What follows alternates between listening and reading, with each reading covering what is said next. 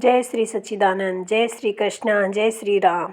सभी प्रेमी भक्तों का गुरु महिमा यूट्यूब चैनल पर स्वागत है। आप सभी को सत्संग महिमा का वर्णन करते हुए आज मैं आपको गुरु महिमा का वर्णन सुनाती हूँ। सदगुरु की हम पूजा क्यों करते हैं, क्यों उन्हें भगवान से भी बड़ा दर्जा दिया गया है। हम सभी ये सुनते आए हैं कि पूजा अर्चना वंदना तो भगवान की होती है, मनुष्य की नहीं होती। लेकिन फिर भी हमारे घर में सुंदरकांड होता है, अखंड रामायण का पाठ भी होता है। ये बात तो वाकई सत्य है कि पूजा अर्चना वंदना भगवान की ही होती हैं, मनुष्य की नहीं होती है। साधारण मानव तो को पूजने का अर्थ क्या है, किंतु ये बात समझने की है कि भगवान अर्थात सदगुरु तो मानव रूप में ही इस संसार में आते हैं।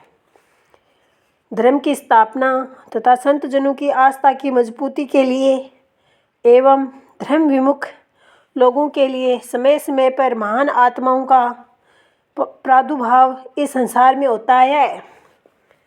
मर्यादा पुरुषोत्तम प्रभु श्री रामचंद्र जी एवं क्रम योगेश्वर भगवान श्री कृष्ण महाराज मानव रूप में ही इस धरा पर आए थे। क्रम योगेश्वर भगवान श्री कृष्ण महाराज ने धर्म क्षेत्र कुरुक्षेत्र के मैदान में दोनों सेनाओं के मध्य में श्रीमद् भगवद गीता के माध्यम से जीव और ब्रह्मा का समन्वय तथा आत्मोपदेश अर्जुन को दिया। इसी के साथ साथ जो उनके मन में संशय था उसको भी दूर किया।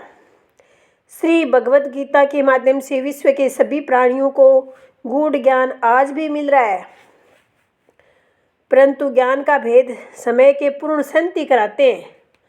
भगवान अर्जुन के सारथी भी बने और गुप्त रूप से इतने बड़े महाभारत के साक्षी बने।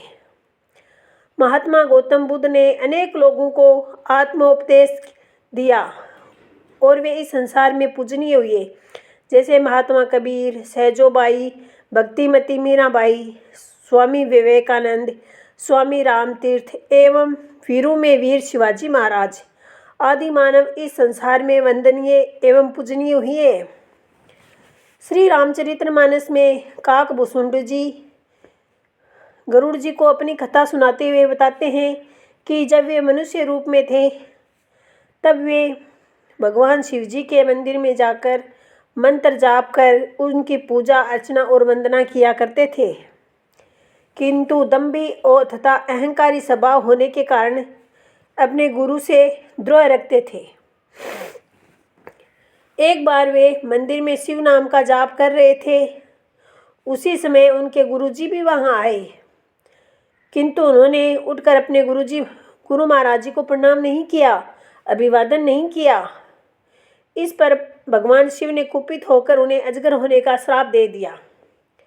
मेरे कहने का तात्पर्य यही है कि स्वयं भगवान भी गुरु की पूजा करने को आवश्यक बताते हैं। इसी बात की पुष्टि करते हुए महात्मा कबीर ने अपने पद में कहा है, गुरु गोविंद दोनों खड़े काके लागू पाय, बलिहारी गुरु आपने गोविंद दियो लखाए, कबीरा गोविंद दियो लखाए। जब तक ये जीवात्मा उस परम ब्रह्मा परमात्मा में एकाकार नहीं होती, उसका निरंतर स्मरण नहीं करती, तब तक उसके लिए भय है। अतः सदगुरु महाराज जी के शास्त्रों में परमात्मा तुल्य बताया गया है। उनको हमें हमेशा आदर सम्मान करना चाहिए, हमें निरंतर उनके मार्गदर्शन में चलना चाहिए। हमें समय निकालकर जो भी हमको उपदेश मिला है उसका सुमिरन भजन निरंतर सत्संग करते रहना चाहिए। और संतों ने भी सदगुरु की महिमा गाई है, गोविंद से ऊंची पदवी उनकी बताई है। ऐसे वाक्य शास्त्र में आते हैं, गुरु गोविंद का पता बताते हैं। हम सब भी करें इस बात पर विचार, सदगुरु देते हैं हमारे जीवन